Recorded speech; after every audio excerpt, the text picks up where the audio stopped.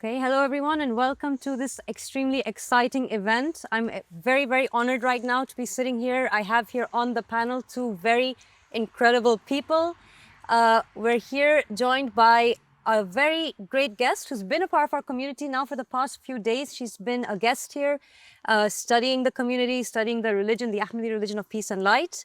And she is a professor and a major advisor on religion and culture at Western Washington University, Professor Holly Folk. Thank you so much for joining us today, Holly. Thank you for inviting me. Thank you. Thank you. And we also have here a very dear sister of ours, a believer in the Ahmadi religion of peace and light for the last 14 years and a very close companion of all of us, our human rights outreach coordinator, Hadil Al-Khuli. Thank you. Now, we're very excited about tonight's discussion because, as you all know, we're very interested in building bridges, in discussing topics of common ground, and in topics of unification. And tonight's discussion is going to center around new religious movements. Holly, you're actually a scholar of new religious movements. You've been studying that for quite a while. We're actually excited to know a bit more about your work and what that entails. Right. Thank you. Thank you. I think we'll all be interested to know about your work as a scholar on new religious movements. How did that start? What got you interested in new religious movements? And what do you do as a scholar for new religious movements? Okay.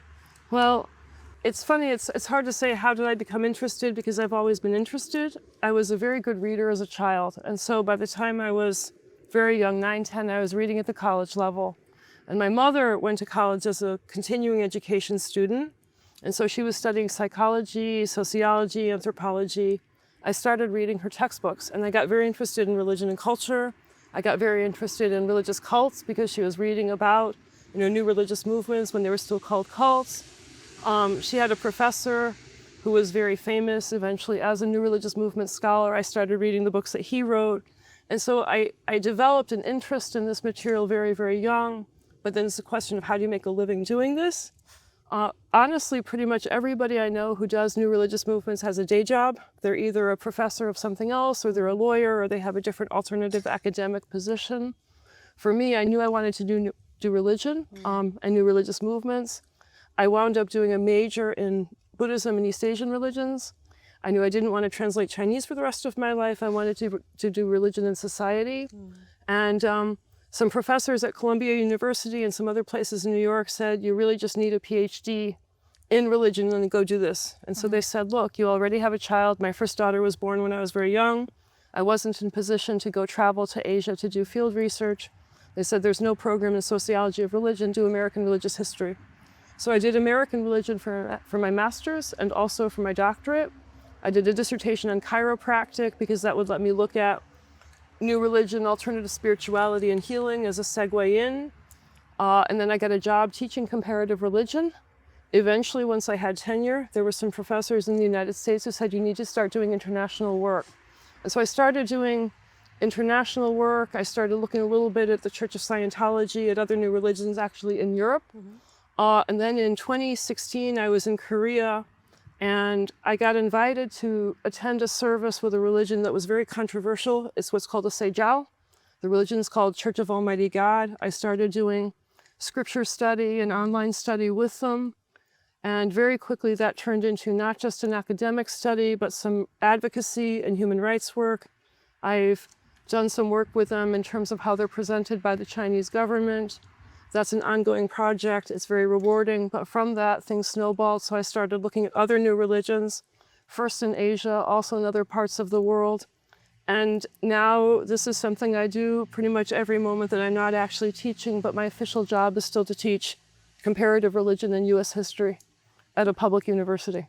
All right, amazing. And I guess it would be probably of interest to everyone to understand how it is that you how the decision came about for you to study the Ahmadi religion of peace and light as a new religious movement as well. This is really funny. I do work, the field of new religious movements is very small in terms of people. We all pretty much know each other. We're a small group. So last summer, I was actually in Japan in a Denny's restaurant with Massimo in Trevina. And he said, you know, I'm working on this group in Europe. They're based in the United Kingdom. They're Islamic originally. They're very controversial because of their innovations, and they need some help. And then he said, you know, he said, one of the things that's interesting is that the leader is originally from Indiana, and I think he has a degree in religion. I said, I think I know who you're talking about. And then Massimo says, yes, come to think about it, he said that he thinks he knows you. Well, and I was like, wow, now I definitely want to come and see. I would have come anyway, you know, if my schedule had permitted, because I'm interested in new religions and I'm interested in creating some daylight for religions that are under pressure. But when I realized I had the possibility to meet the man who you and we now call Aba Al-Sadiq, who I knew as Abdullah Hashem, a college student when he was undergraduate, I said, I really would like to know how this has unfolded and developed in the community, and I also wanted to see who he had become as a human. That's incredible. That is really touching and really inspiring. And you took this step and you're here now. And Yes. you've been working on this research project for a few months now with Yes. Hadil as well. Yes, so I think this has been a project in the making for, would you say, over the last year? About a year. About a year. So, so I was talking with Massimo from the other side, and he told me about Professor Holly Folk, but he told me she's very busy. It's very difficult to get her. So he's been telling me a lot about you. So we had said, okay, so what would be the possible interest areas for research? And it was a follow-up after a conference that was that took place here with 14 professors who came and were interested in the religion. Massimo was here as well. And he told us, yeah, you really have to talk to Holy Folks. You'd be very interested. So this is how we started speaking.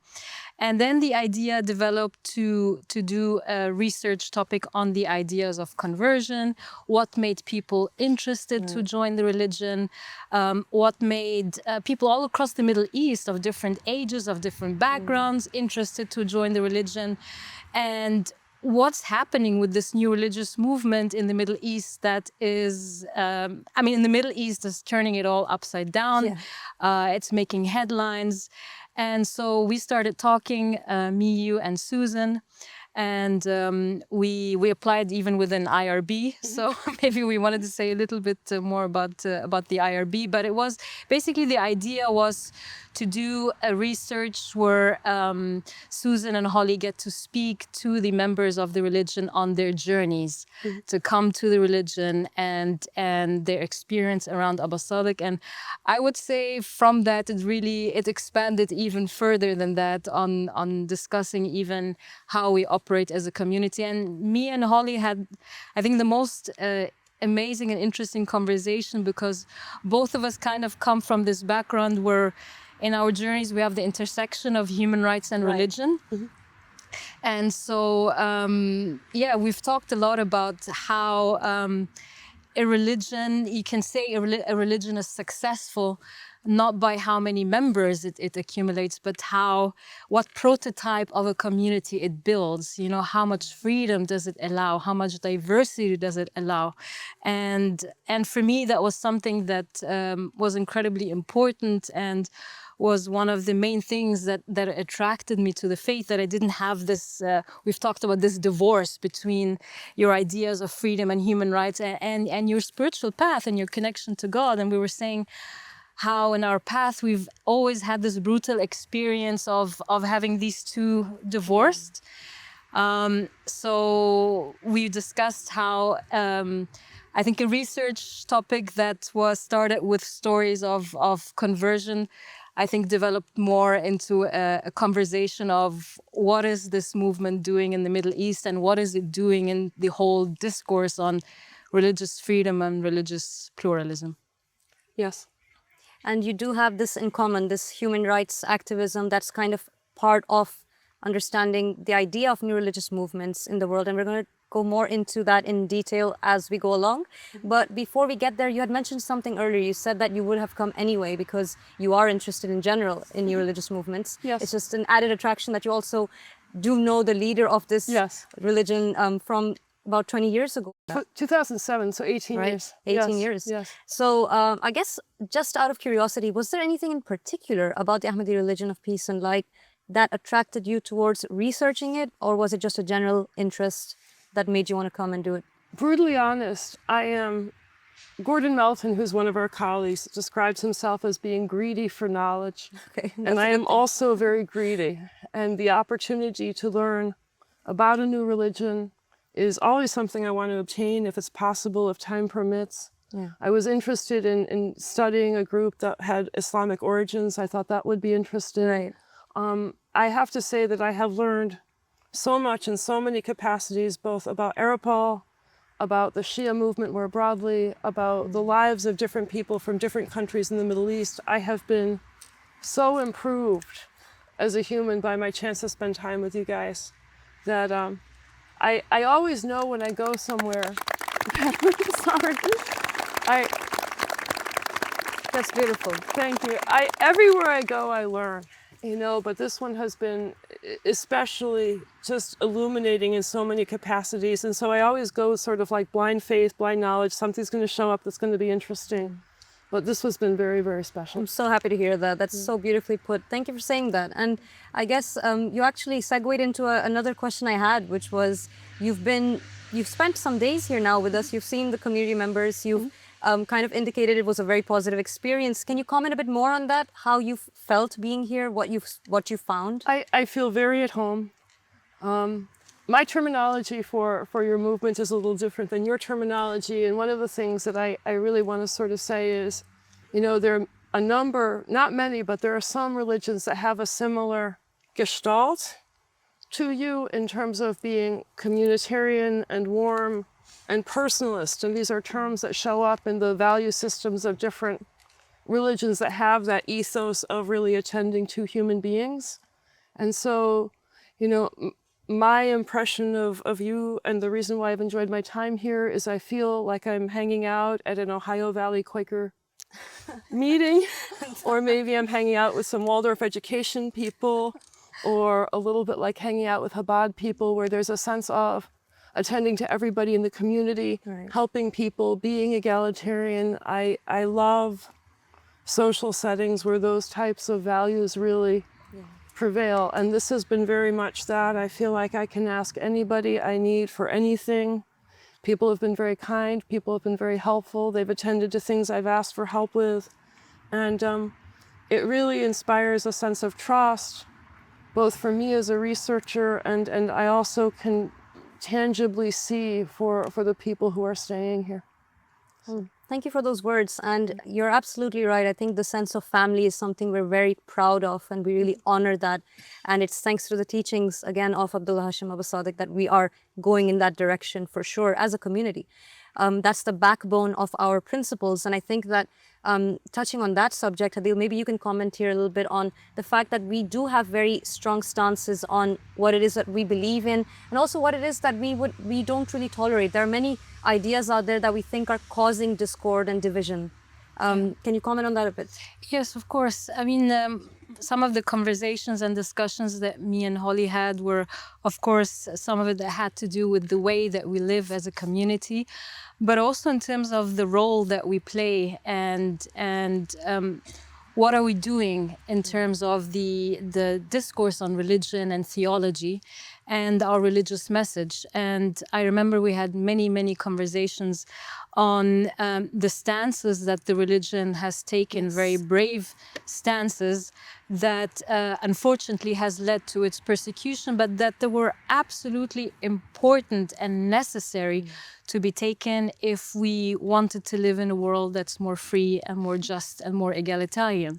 And that meant that the leader of the faith and members of this faith in very difficult, dangerous contexts and countries and fundamentalist regimes went out very bravely and said, we stand for principles of inclusion, and we stand for principles of tolerance, and we stand for principles of peace and harmony and dialogue, and we stand for very strong human rights campaigning. Yes. And we stand and we refuse, and we had very strong stances on refusing for religion to be used as a tool of separating people of faith. And in many of these very difficult fundamentalist regimes, we said, no, we will not allow religion to be used for us to take stances of hatred against any other minority. In fact, on the contrary, we would stand and support the right of any other minority Absolutely. that is persecuted. And that started in many difficult circumstances on us saying we refuse any statements of anti-Semitism.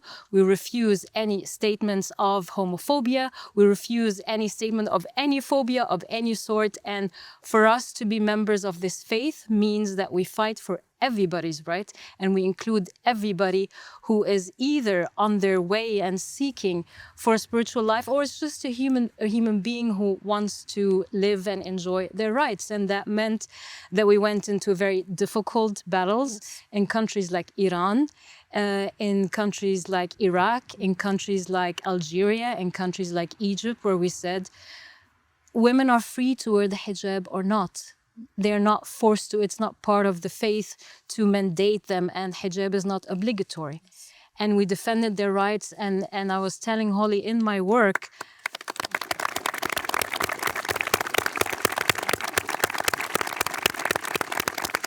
and I'm really, really thankful for Aba Al-Sadiq for transforming human beings from removing any sort of fear in them to empowering them to ask for their rights. And that transformation, I would say, is the biggest thing I have seen in the Arab world from the Arab Spring until now. Absolutely, without a shadow of a doubt.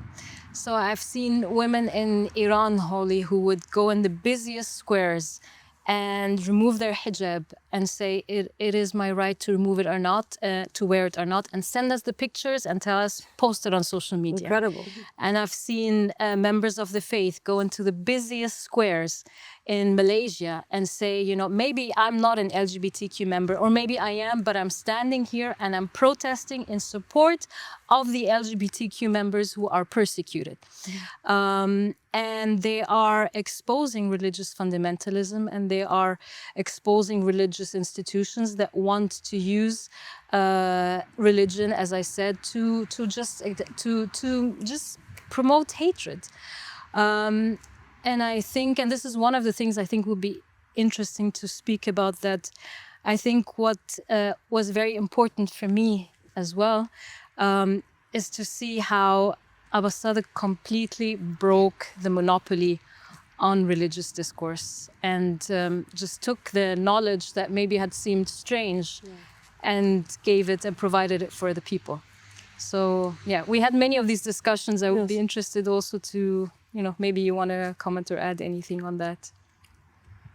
Well, we're sort of jumping the gun on our interview, but I was just saying that something which I am starting to understand, that I want very, very much to know more about, is the effect of the message of Aba Al-Sadiq in the Middle East. You know, we hear all the time, oh, media is biased, or you don't know. And I think that what we can say is that in every country in the world, there is a little bit of a slant of coverage, even in countries where there's freedom of the press. Maybe you don't have censorship, maybe you don't have state suppression, but just the way the markets go, there are certain messages that bubble up and there are certain messages that don't. And I think it's I think it's unfortunate that in the United States, the presentation of the Muslim majority world is really very monochromatic. You know, I don't like the words cults and brainwashing. I try to convince people all the time not to use these terms, but I would also say that the baseline assumptions in the West very much about the Middle East is this is a place where everybody's a fanatic, everybody is brainwashed. And I've encountered a great deal of conceptual diversity of thought among your members. And I also have a greater appreciation for the way that in the Muslim majority world, there are moderate people, there are people who are questioning, there are people who take their religion very, very seriously as a matter of faith, but they don't necessarily want it politicized. And so I'm speaking delicately right now because I realize that to talk about religious diversity in the Muslim world is a difficult thing. There is less religious diversity there than in a place like the United States. But I'm also aware of the heterogeneity and the plurality of perspectives in Middle Eastern countries. And I really think it's very important for Westerners to know there are people who want to be moderate, there are people who are not happy with the way that religion is used as a force for the government. And I think I am very improved by being able to communicate to my students and my colleagues and my peers. We need to know more about the Middle East, not in the way that is presented on television, but in terms of getting to know real people. I think one of the things would be interesting maybe to bring in now. So we've been talking about the terms of a new religious movement and a religious minority, and I think also something that has to do with an intentional community. Yes. And I think this had to do with many of our conversations, and I was hoping we can maybe introduce our viewers more to what this actually means and how this is actually very critical in our conversation today. So do you want me to talk about those three things? Yeah, let's define these terms for the viewers, I think. Yeah. Well, new religious movement scholars argue a lot about what is a new religious movement. Is a new religious movement a certain style of religion? My own preference is to regard religions that have been created within the past 100 to 200 years. They're in formation. There are certain developmental processes that happen. There's a first generation. There's a growth. There are questions of what to do after the founders pass away, and people who have not grown up with a founder need to take on the tradition. And so if you use real sociology language, there are questions of routinization of the tradition. And so when I think about a new religious movement, I think about a movement, a tradition that has emerged. For me, my threshold is about 200 years, because I think it takes actually a while for a group to actually really sort of be established and develop. So I go as a matter of time. Some people go as a matter of size. Some people go as a style of religion. But for me, I say a new religious movement is a religion that is new. And then there are certain structural things that happen because it's new. You know, you need to have time for an entire community to determine what version of the doctrines are going to work for them. And you also have questions of persecution, because anytime a religion emerges, this is almost axiomatic. When a religion emerges, it emerges almost always as a critique of the society from which it comes. And that doesn't have to be a harsh critique. It doesn't have to be mean. It doesn't have to be militant, but simply showing up as an alternative, as an implicit threat. And so one of the things to consider with the idea of a new religious movement is they're very often facing persecution by the government. They're very often facing, negative reactions from the rest of the population. And so that feeds into the next term that you were talking about in terms of religious minority, where when we think about countries and societies where there's a dominant tradition, unfortunately, in many cases, the dominant tradition looks at other religions and says, you're a threat, you're disruptive, we need to do something about this. And so if you're a minority, it is very easy to find yourself facing persecution. And so in that sense, being a new religious movement very often invites state surveillance, government persecution, hostility from the rest of the people, and hopefully over time that also maybe can be eased as a process of routinization. And then thirdly, for intentional community, I have been studying, along with new religious movements, communal societies now for, I guess, 30 years. And there are very different models for living cooperatively.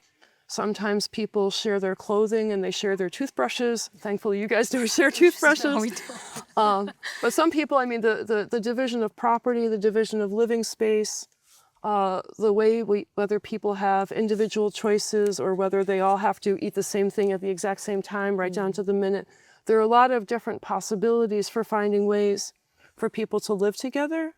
But something I'm very aware of is that there's a natural inclination among people to want to live in community. And for some people, it overrides their desire to live independently. And so I look at your community as a community of people who prioritize living together, spending time together, taking care of each other. You share many of your resources, but you share fewer of your own financial resources actually than some other intentional communities, despite the perceptions that people might hold. But I'm interested in the way that you managed to find a community or found a community where people have a certain amount of cooperative economics, definitely shared work. The kids here, they all know who their parents are. They're very attached to their parents. They live with their parents. But on the other hand, they're very trusting. I'm walking around the other day with Veronica, and there's a little boy who's like, I want to eat dinner with you. I want to eat dinner with you. I want to eat dinner with you. And, you know, so the kids, they really, they have the other adults as their aunts and their uncles. They have friends. And I think that that's actually a very positive thing that's difficult to achieve in modern society. And it's easier to create that type of small culture in an environment like this.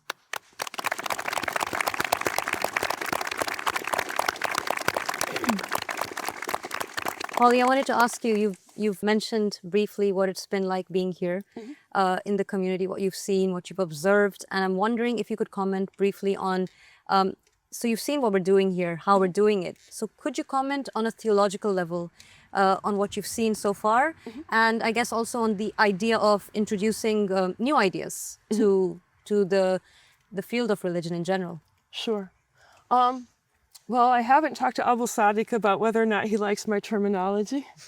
But sure, it's fine. Go but ahead. I would describe you as obviously as a new religious movement. That is, in my opinion, I want to defer to your own preference for terminology, but I would call you post-Islamic. Okay. I would say that you are metaphysical.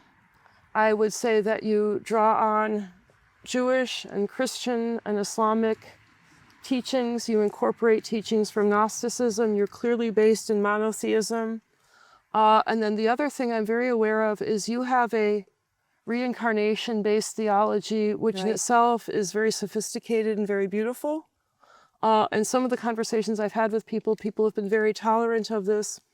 As a scholar of new religions, I am extremely aware of the isomorphism, the similarities between your theology and the theology of other new religions that are rising out of monotheism today. And so to say that there is a chain of succession with people who harbor a spirit that is endowed by God, that there is a transmigration of leadership and of soul from one important figure to another. People don't know this, but this is something that we find in certain Christian traditions. It's something we find in certain Jewish traditions. We find here. I find actually sometimes in non-Christian religions. And so as a scholar of new religious movements, I'm interested in what you're doing, but I'm also very interested in finding ways to create a larger conversation about what is actually happening in modern world religion. And I realize that to be a member of a tradition and to have somebody come in and say, oh, I understand you, or I think I understand you because you are similar to these guys over here, that's not the easiest thing for somebody who's a person of faith to hear.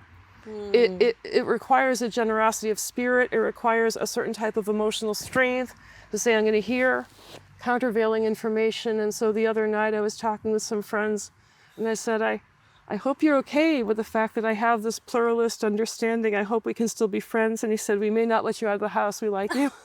So that was also really just great of like, okay, you know, there's room for me to do comparative religion. We didn't talk about this earlier, but I would say, you know, some groups can be so threatened by exposure to other information that they can be very, very hostile to education.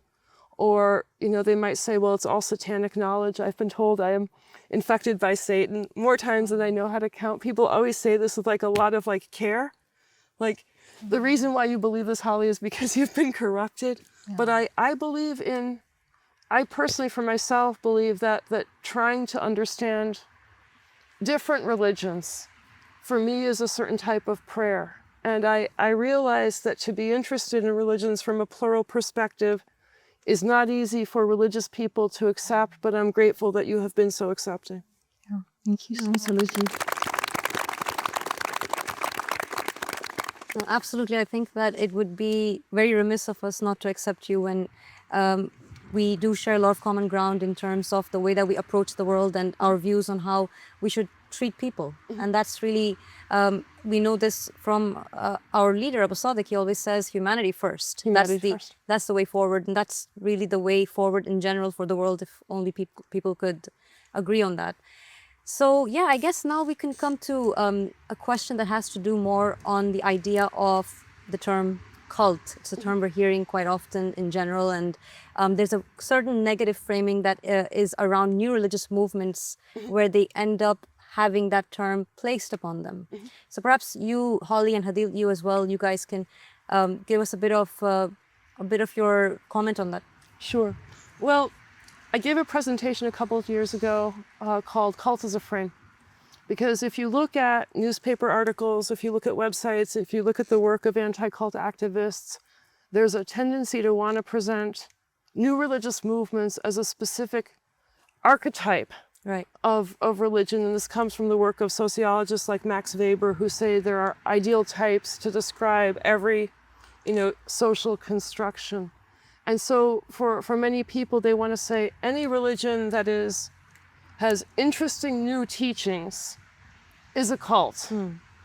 Although for me, a cult is just a word people put on to describe a religion they don't like. But then there's a tendency to want to say, okay, because a cult is a type of religion, any religion that we call a cult is automatically going to fit this definition. And the rest of the definition is a cult is a religion that is led by a charismatic leader who has some type of psychopathology that leads to sexual abuse and convincing members to commit crimes. And honestly, I have not found really any religions that fit that conceptual model. In fact, the only groups I can think of that fit that model are gangs. And I think that the word gang works really well to describe entities that do that, but you don't find that dynamic in religion. And so what I try to say to people is, that you think that when you're describing a group as a cult, that you're honing in on what they're really doing. But in fact, you need to switch your sociological model, that you're not talking about an ideal type, you're talking about a frame. Where a frame is a way of creating a narrative around a movement for the purpose of, in this case, demonization. And so in other words, my resistance to using the word cult comes from the fact that as soon as you call a group a cult, it's a trigger word. And people pick up on they describe a group as a cult because of theology, but then they want to draw a direct line between having a particular theology and an inclination to criminality. And I just want to kind of crack that and say, look, there's no basis in reality for drawing that conclusion, even though right now, because of media, because of bad hostility from people, that seems to be a model that's being very promoted. And what I want people to understand is that model really is more of a strategy for demonization. And so therefore I say cult as a frame. That's interesting. I think you've picked up a very important point here that we should really discuss. So the idea is that new religious movements can exist, but people will call them cult, and that would give it that kind of framework that includes many aspects that probably aren't even included in what that new religious movement is doing. Right. So if you call a group a cult, just if you call a group a cult, the assumption right now is, oh, there's mind control, there's brainwashing, there's manipulation, there's different types of abuse.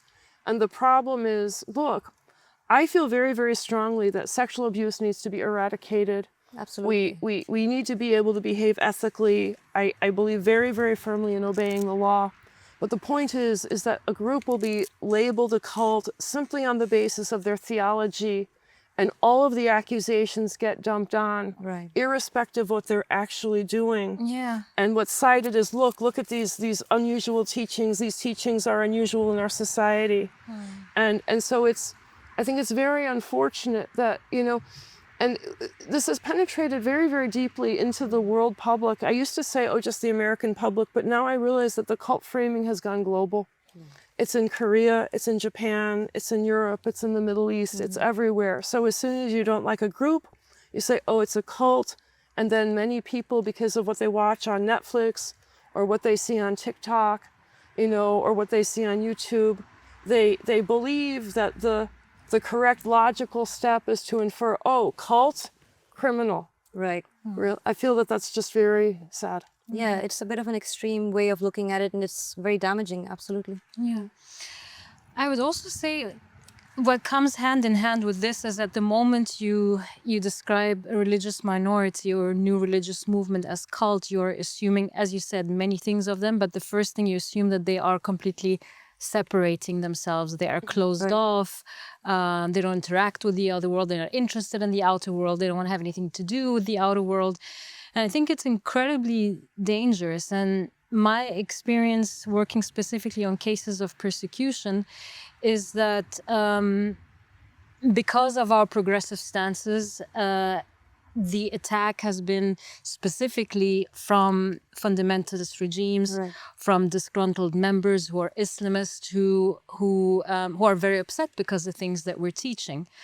And in the Muslim world, this translated in arrests. This translated in harassment. It translated into enforced disappearance. It even translated into fatwas or religious decrees being issued, calling openly for members of the faith to be attacked. Now, what happened, which is I think also has been now the experience in the West, is because these fundamentalist or Islamist voices are also trying to increase that scope of persecution even in Western context, they use as a tool this term cult. So it becomes a tool to demonize and to defame groups that are doing the very work Right. that the West wants groups in the Middle East to do. Right, exactly. So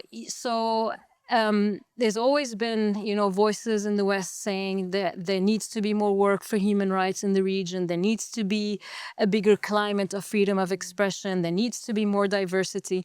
And then here you have a religion like ours that's doing exactly that. Exactly. But then, because of these fundamentalist forces trying to stop that, to attack that at any cost, they quickly go to the media and say, just label them cults. And then, before you even get a chance to have a conversation about the work that you're actually doing and how much you're changing the entire landscape, the entire, map of religious discourse in the region, you find yourself battling or having to explain yourself and saying, no, we're actually the exact opposite. And one of the things of the exact point of separation or being accused of being closed off is one of the things that we've talked about, me and Holly. And I think you were saying also that from your experience of being around us, you found the exact opposite, actually. Right. I don't think of you guys as separatists. And at the same time, I'm very aware of the way the word separatist is being weaponized in modern religious discourse. So you are very familiar with the problems that AROPL is facing in the Middle East. I am very aware of the problems that religions are facing globally because of anti-cult activism. And I know right now that, demonization of cults is big business and it's very lucrative. That's interesting. Netflix, HBO, there are many, many documentaries. If you can expose a dangerous religion, you sell papers, newspaper stories. And so in other words, there's a lot of incentivization for negative research on new religious movements, and there's an incentivization to present the worst possible case because the first person to get in at ground zero to death cult, and so there's this sort of desire for people to sort of mount their career by presenting groups as very, very negative. And at the same time, we also see, even in sophisticated constitutional democracies, we see governments worried about state security. We see governments worried about, what they don't understand. We see governments sometimes feeling like, oh, wow, we need to have more sort of power and control over defining the values in society. And so what I see with the word separatism is used right now as kind of a segue toward extremism. And so if you are a separatist, you are extremist. And if you're extremist, you are probably only a couple of steps away from terrorist. Right. And I'll tell you a couple of ways in which this has been weaponized in the past few years that are really sort of ridiculous. In several countries, including Germany and also Japan, those are the two I'm most aware of, the notion of not letting children watch television is a sign of separatism, and this is seen as being sort of antisocial. And I personally do not believe it is child abuse or separatism to say that kids cannot watch TV. No, it doesn't sound like it. Now, you don't deny, you take children, you show movies, children have access to videos and things like this, but even if they didn't, I would not think of it as a sign of being separatist or being antisocial to say my kids can't watch television. I tried to make sure my kids didn't watch much television. But the idea of saying, okay, I won't watch television, that is now going to be inferred as a symptom of being an extremist. That's reaching a bit, isn't that's it? crazy. And then the other one that really, really got me was last year with Massimo, we wrote a response to the Japanese government about the situation that the Jehovah's Witnesses were facing. And you can find this online in the JW documents. This is actually posted. This really happened. There was a group of lawyers who made a statement that they submitted to the Japanese government. We wrote the rebuttal. But in their statement, they say, well, the Jehovah's Witnesses are pacifists. And we understand this, but pacifism is a symptom of separatism. And if they're separatists, they run the risk of becoming extremists. And so even though they say they're pacifists, we worry they will become suicide bombers. Whoa.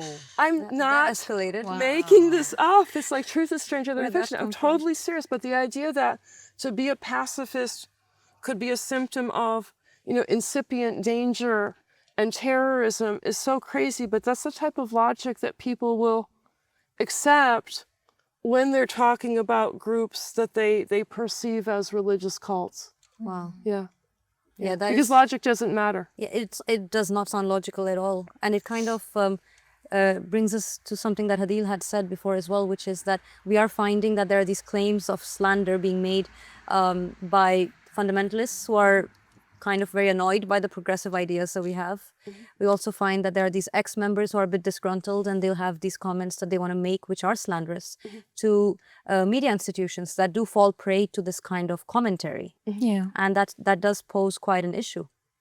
Yeah, I mean, one of the things we've seen, or one of the slander that was amplified, that we know has been coming definitely from fundamentalist voices, regressive voices, Islamist voices that have actually openly incited for violence against the Ahmadi religion of peace and right, even here in the UK. And some of these, actually, most of these allegations, they fall exactly into that idea of a cult. So one of the things that was amplified in the media from fundamentalist sources is the claims that there is a concern over the welfare of the children, or that again, people are separated, closed off, are controlled, don't have any freedom in their decisions. That to be a member of the faith means they have to give up all their wealth and donate everything they have to the community.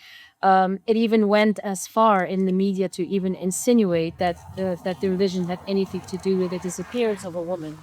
So you see, it goes really far, yeah, in putting out allegations that are completely baseless, that are clear slander, and again are just perpetuated from fundamentalists. So these were some of the allegations that we've seen recently in the media. And I also wanted to, these were some of the things that Holly, you and me discussed, and I was interested again maybe to share with the viewers, because I know we've discussed these articles, and you had very clear thoughts on some of these allegations. So I was interested maybe that we can share that with the viewers. Well, the two things I would sort of introduce would be that there is actual research to argue that apostate accounts, ex-member accounts, as a genre should not be considered reliable. People's memories are massaged. Your memories of things, your understanding, your interpretations of events change over time. And if you leave angry, you have a propensity to think the worst in a way that will shape your interpretation of even what is true. And Well said, yeah. And that's talking about the people who are honest. Right. That even if you're honest, you have a tendency to present things in a light that sort of favors a negative interpretation, but then you also have people who maybe say things that are completely untrue. And I don't want to give you gory details or examples, but I've seen groups that have had people who've shown up who have said things, lied in ways where, a reasonable, rational person could stand back and say, there's no need to even try to believe this is possible because it's simply fundamentally impossible. Yeah. And so I recognize that both out of kind of like bitterness, but at least sort of clouded honesty, and also out of actual malevolence, one shouldn't trust ex-member accounts as a blanket genre. And then the other thing, you know, I don't know as much as I should know. I want to know more about the situation where you had, I think, 4 or 5 different libel trials in France. You were able to get retractions and vindications in these trials, but these cases where you actually were exonerated are still being continued to be used against you. Since there have been decisions in these cases, I think it's safe to sort of say, look, you know, from what I think is known about the members, ex-members who've made those allegations, they come from a very different interpretive background for Islam than you do. And my own impression is I believe that they have been incentivized not just to misremember, but to truly misrepresent. And I would say, look, you know, Islamists have an incentive to lie about you right now. And so if a claim comes forward from a Muslim majority government that's already issued a fatwa, if there's a claim that's come from somebody who's left this community because they disapprove of your stance tolerating LGBT, they are already people who have taken a position absolutely antagonistic from your religion, and yet from a perspective within Islam, all bets are off. It's okay to lie about you in order to destroy your reputation. Yeah. And I'll say one other thing.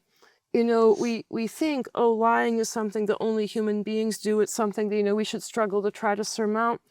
Governments can and do lie. And so, for example, in the People's Republic of China, they actually have an official government position to destroy the reputations of the Seijiao. In other words, creating false negative propaganda against a religious minority is legal and is government policy. And now that I know that exists in China, that a government will say, okay, we can fabricate information because it is useful, there's no reason to think that other countries wouldn't copy that strategy. Yeah. Absolutely. Absolutely. And one of the other things me and Holly, we've discussed a lot, so these are one of it, but another one really had to do with the welfare of the children. And I know that you and me had many conversations. You've been here, you had in your experience in the past days, you've talked a little bit about that. But I think it would be also interesting to go a little bit more into that. How have you perceived your interaction with the children, but also your interaction seeing how the children are growing up here? I think the kids are having a great childhood. I look at the way that they're able to be free range. Yeah. It's like the best of the 1970s, when the 1970s era neighborhood is still sort of functioning. The kids definitely know their parents, and the kids live with their parents. There's no question of the kids being attached to their parents. But the kids also know that they can trust the adults in the community. Yes. Some of the kids have been very warm to me, looking me in the hallway, things like this. I've gotten to know a few of the kids in a way where I feel like I really know them as people. Oh, there's Nirvana. It's just absolutely awesome. I think the kids have a really positive childhood. They're supported here. The security is here for their safety. I think it's very important for people to know that you're already taking preemptive precautions to prevent unsavory encounters, you know, between any adult. I don't think that these exist in the community, but you're taking proactive measures to make sure that children can't be taken off into a situation by themselves where something unsavory might happen. You're very aware of those types of risks just in general in human society.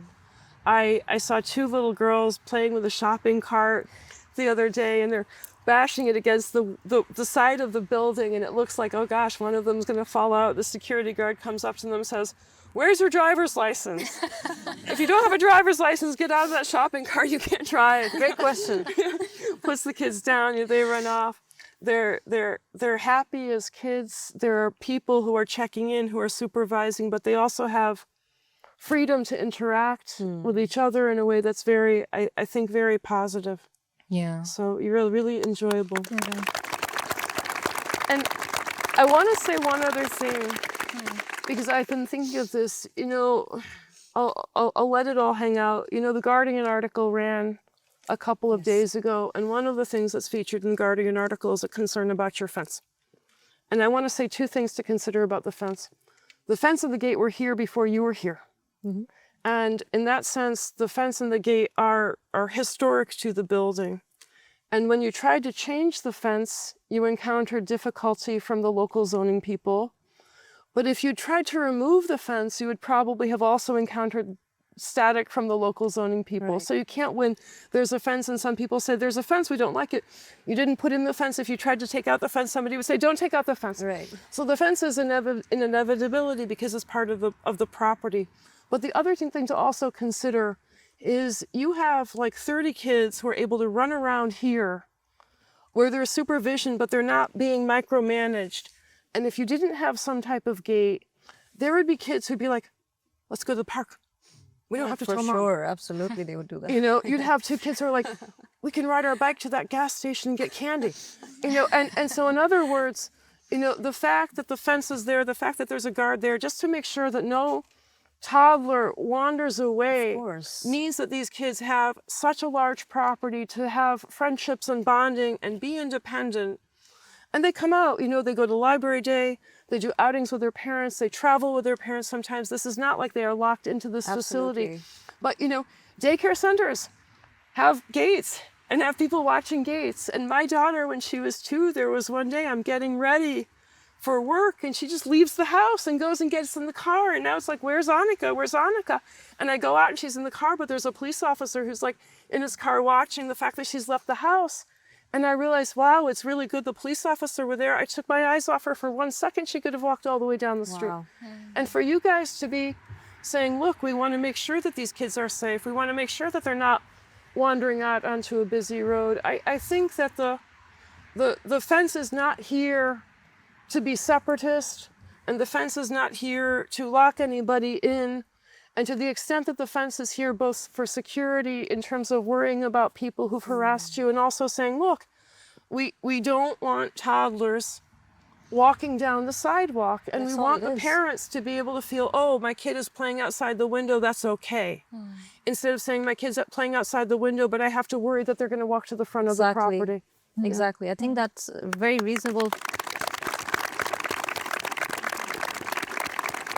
It's a reasonable situation. I think you've described it really well, and it's unfortunate that people don't understand it that way, but I hope that when they hear this, if they didn't know that before, hopefully that will help them understand it better. And I think it ties a lot also with our conversation that we had on the economic diversity, because it shows, so one of the conversations we had is, again, as you said, the fence is not, it's not a sign that people are closed off, because part of it includes, for example, that there are families that live here and work outside. There's a diversity in the lifestyles that people had and that people have, and it ties in with again some of these allegations that I've mentioned before that say you know, you pledge your allegiance and then you have to give up all your wealth, and this is the only way to come in, which is of course absolutely a lie. And I think this is one of the things that you and me, Holly, discussed, that that's not the constellation, that's not what you found here. Right, and there are communities that are very functional communities, both things like the Catholic Church. If a woman joins a convent, she brings her savings as the equivalent of a dowry historically.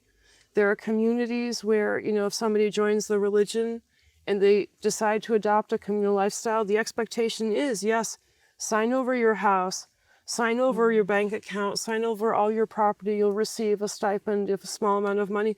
And for people who want to make that choice, I believe they have that right. But then sometimes people have a negative impression of, oh, wow, that's a huge commitment.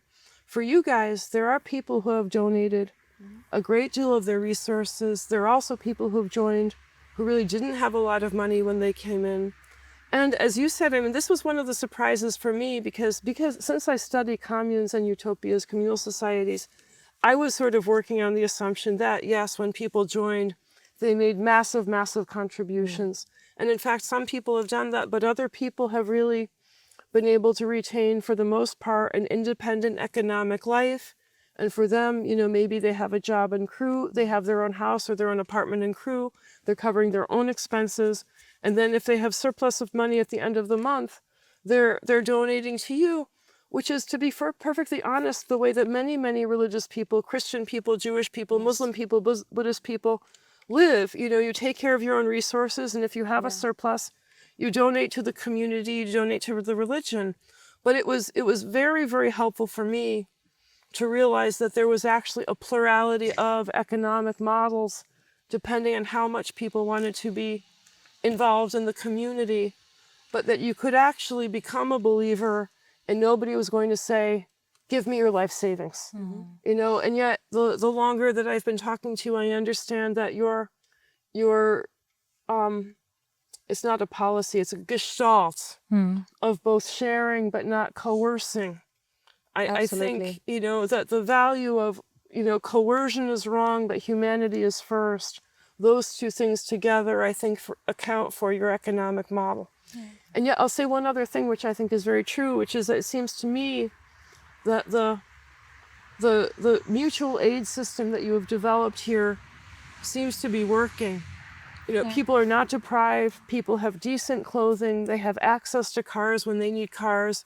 If somebody wants to go downtown for a night just to go out to a movie and maybe get a drink, they can say, look, make sure that I have, you know, 20 pounds in my, you know, debit account. So if I want to go to the movies and get a drink, I have money to do it because I'm going downtown. And so in other words, I've had a lot of discussions with people about getting what they need. And I feel very confident that people are able to have their needs met here. Absolutely. In some communities, you know, when resources become very tight, it becomes hard to make sure that everybody gets new shoes when they need new shoes. Or maybe, you know, now, okay, the food budget is really, really grim and we're going to eat potatoes and frozen orange juice all winter. I know a group that had to do that. But you guys are living well. Yeah. And because you're living well, I think that that's a sign that you found a way to share in a way that's working. Yeah, absolutely.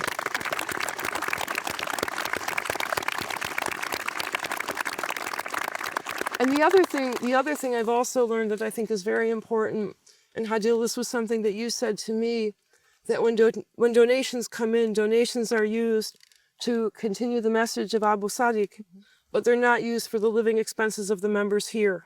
And so if a believer on the other side of the world sees you guys, you know, and comes up with a money order or a cashier check and sends this to you, nobody's saying, oh, we can have a pizza party. Exactly. It's, oh, no, we will throw this money into the evangelism for a movement. And if we're going to have a pizza party, we're going to do it with the resources we earn from people downtown.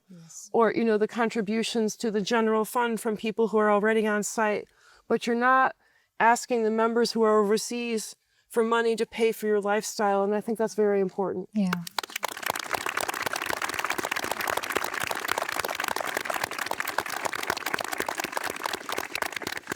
I think one of the conversations we had early on, I think it was in the very first day when you and me were talking, and you were trying to understand a little bit about what rules do we have in the community, and you would ask me, do you have a rule on this? I'd be like, no, it's people are left to make their own assessment. And she'd say, but do you have a rule on this? I said, not really. People choose, really. People are trusted to make their own decisions. And the conversation continued like this, where Holly in the end sat back and she said, you guys are the most non-coercive community that I have ever seen. So I thought that was... Because look, you know, it's not easy to do an intentional community. I mean, I've been studying this for a long time. I've seen groups that are successful, groups that are not successful, groups that are very regimented, and groups that are loosey-goosey. And so here's the thing. A group that is regimented can get short-term cooperation on projects, but then they have to deal with the fact that people feel they feel the weight, the friction, they chafe under the regimentation. But if you're loosey-goosey, nobody does the dishes, nobody works, nobody brings in money, nobody puts toilet paper in the bathroom. And I think that you have really sort of found like the Aristotelian golden mean in terms of saying, look, we have ways of doing things that have developed where there's a general routine of the day, the meals happen at a certain time, we have jobs that are known to happen, but you're not saying, okay, everybody has to wear the same thing. You're not saying that everybody has to come to dinner at a particular bell. You're not saying, oh, we have a ban on newspapers and we don't let people watch television or something like that, that people really do have a lot of personal space for decision making. Yes. And yet at the same time, I'll also say this, you know, I've talked to communal people in many different groups, and my own perception is that there's a certain temperament that correlates very well with being communitarian. You have to care about people, and you have to be easygoing about, you know, the sort of small thing, little difficulties, issues, right. little issues. You can't be a petty person. And so in that, I mean, I really see that too, that you guys are sort of just kind of a little bit generous with each other. And I think that that's actually also a very, you know, a very positive thing if you're going to want to do communitarianism. Yeah, that's really well said. And I think that it is a reflection because everything you've described right now in terms of how we live and our ideals and our principles, and Hadil can testify to this, is how we've always lived. Yeah. From the beginning of how this community started. And it's a reflection of what we've learned from the rise of Aba Al-Sadiq. It's basically a continuation of his teachings that has led to us knowing how to make it work to the ideal standard that it is, thankfully. And it's getting more and more prosperous as time goes by. Yeah, since 2011. Yes. And actually, can you share with us, this was so interesting, you were, before coming here, you shared with me and Alia this threshold about when a Yes. society becomes successful. And it was around the 15 years. Yeah, tell us more about that. So there was a famous book that came out in the early 1970s called Commitment and Community by Rosabeth Moss-Cantor, who's a professor at Harvard University. And she did this book as her dissertation at Harvard Business School to look at communal societies and how they successfully negotiated, you know, day-to-day living operations, getting people on board with projects, creating consensus. And so she says, you know, she looks at, I think, you know, 60 or 80 different communities, and she's trying to come up with a measure of success. What's the metric for a successful community? And so she says, look, most people who start an intentional community, the communes are very, very short-lived. 1 year, 2 years, things fall apart very, very quickly. And so for her, the success measure is whether or not a community has lasted 15 years. And so in her study, successful communes, 15 years or longer. And unsuccessful, you know, well, if they make it to 13, they're still unsuccessful. But you guys are at year 14. Yes, we are. In terms of being communal. And so you are very close to hitting Cantor's metric of, well, you know, if she were to evaluate you, she'd have to say, okay, you're a successful community. How are you doing your decision making? What is making you successful? And then I would say what's funny is, compared to what Cantor creates, is like, you know, the success recipe, you are breaking every rule. You don't ask people to sign away property. You don't tell people they can't read newspapers. Not at all. You don't segregate women and men. And so in those, you don't require celibacy. And so in all those respects, you know, you accord people a great deal of the opportunities to live a normal life. And then I go back to the fact that there are people who feel happier when they're living with people. There are people who feel happier when they're not living an isolated, nuclear, you know, independent nuclear life where the focus is my own bank account, my own retirement, you know, but rather they want to be with people. And I realize this is not the dominant model for human society, but it's also not abnormal. There are many people who choose to live the way that you do, and it's not a pathology, it's not a mental problem, it's not a dangerous worldview. It is honestly a difference in temperament. Yeah. And I think that that's actually sort of key. It's temperament, because I keep on asking people, what do you do for downtime? And I keep on saying to people, you know, I listen to all this old time radio. It's like headphones in my ears all the time. But the most common answer, I mean, I've heard from people, I like watching crime shows, I like watching Netflix, I like watching Faulty Towers.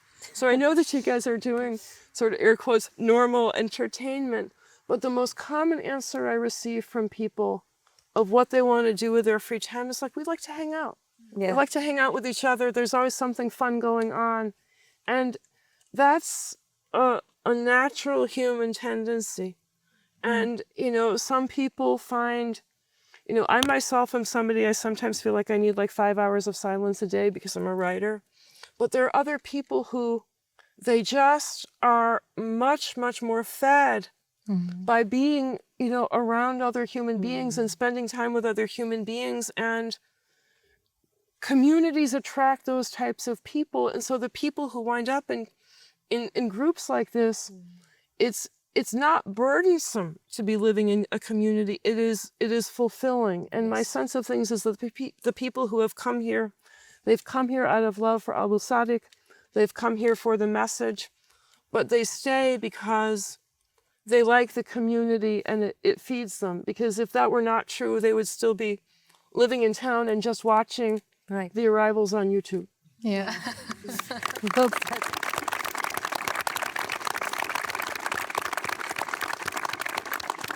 I think that there's this kind of unified goal that we find between the two of you, and that is religious freedom, promoting religious freedom. This is something that you're both very passionate about and very invested in. And I think that in light of the conversation we've had right now about new religious movements, the idea that they do play a part in advancing religious freedom. Can you comment on that? Do they, and how do they do that?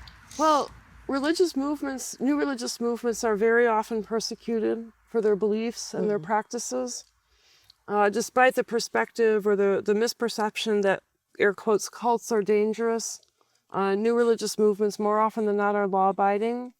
But the reality is they very often find themselves in predicaments where they're at odds with governments of countries or governments of states, and they've had to, you know, litigate for their rights. And when they're successful, there's a spillover effect that affects everybody else in the setting of precedent. So I think about, you know, the Jehovah's Witnesses in the United States. I do a lot of work with them. I think they're great people.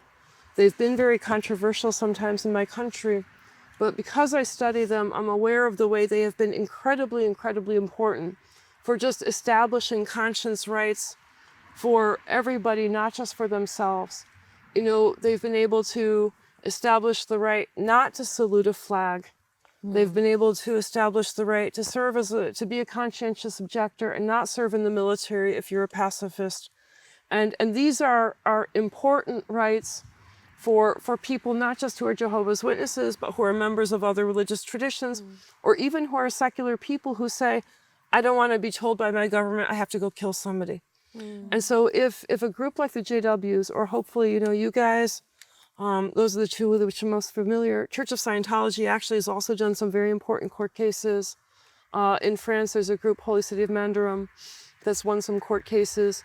And when a group is willing to fight for its rights and win, it creates a little bit of a firewall, you know, that sort of creates a greater shield of protection for other religious minorities, but then also for other secular people. So Ali, I apologize, I'm going to jump into the other question that's attending this. Please do, go ahead. And that is the risks that one runs when you ignore the concerns of religious minorities. And that is that it's been my own observation that in every nation where there is government persecution of religious minorities, there is also persecution of secular activists. And so you look at a place like China, you look at a place like Russia, you look at a place like Iran, religious minorities are persecuted, but so too are LGBT activists, environmental activists, absolutely. people pushing for democracy. Yeah. And so I live in a state where there's a lot of ambivalence right now. I live in Washington, which is very progressive. ambivalence about religion and society. There's a perception that maybe religions are innately intolerant. Young people in general are sometimes very ambivalent about spirituality. Maybe they've been raised in a strict religion and now they're in college and they're leaving it. So I'm always trying to talk to my students and I say, look, even if you're not a religious person, you should care about the fate of religious minorities, because if you don't care about the fate of religious minority, you are facilitating the creation of a system that really genuinely will go after you too. And so in other words, whether you're religious or not, whether you're a member of an established religion or not, whether you're a secular religion or not, person or not, religious freedom should matter to everybody. Right. Yeah. I love that. That's amazing. Beautiful.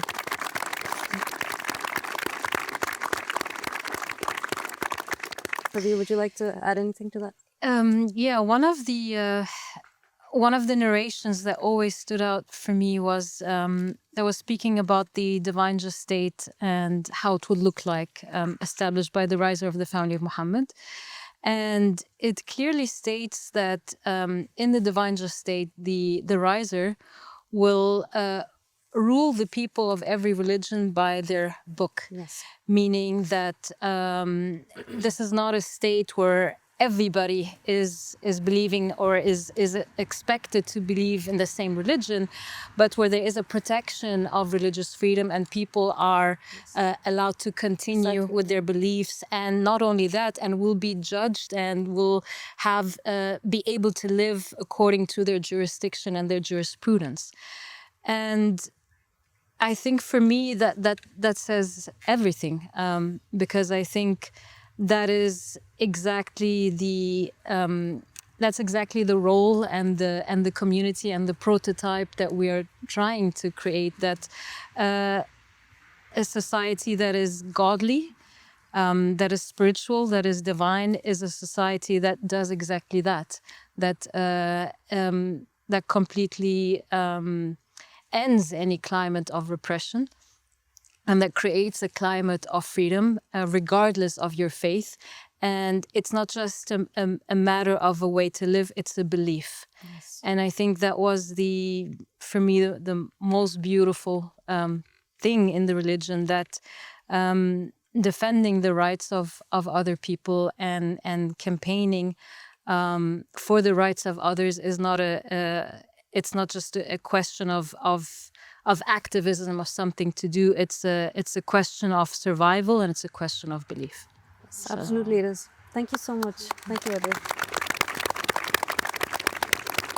I'll add a little bit to that. Please. You know, one of the things I said earlier, I think I've been improved by my visit here. One of the things I've been able to really, I teach Islam at home, but I confess that my conveyance of Islam has been inadequate compared to what I've learned here. And I very much understand that the emphasis on tolerance is carried through Aba Al-Sadiq and extended to the community. But the other thing, since we're talking about religion, that one of the things that you have really resurrected in your understanding of what is positive from Islam is the emphasis on tolerance and non-coercion that really starts with the Prophet Muhammad, peace be upon him. That, you know, that your understanding of the Prophet is as a figure who doesn't promote coercion, but as a figure who promotes tolerance. In the West, there's a rhetoric of Islam as the religion of peace, and then unfortunately people who dislike Islam for bad reasons, they even make fun of this phrase. But I think in terms of the idea of Islam having an ethos of peace, I understand that you're post-Islamic, that you don't even necessarily use the terminology of saying we are Muslim, but I also think that in some ways AROPL is exemplary of the best aspects of Islam. Thank you, Ravi. I think you've expressed yourself very eloquently tonight. For everyone who's been listening, you have benefited us so much in this conversation. We're extremely honored that we were able to sit with you today and talk to you. And thank you so much for taking the time to come over and be a guest here at the Ahmadi Religion of Peace and Light headquarters. We've really loved having you over, and Thank you. we can't wait for you to come back. Thank you. Thank you, Holly. The honor is mine. Thank you. Thank you. Thank you, Holly. Thank you so much.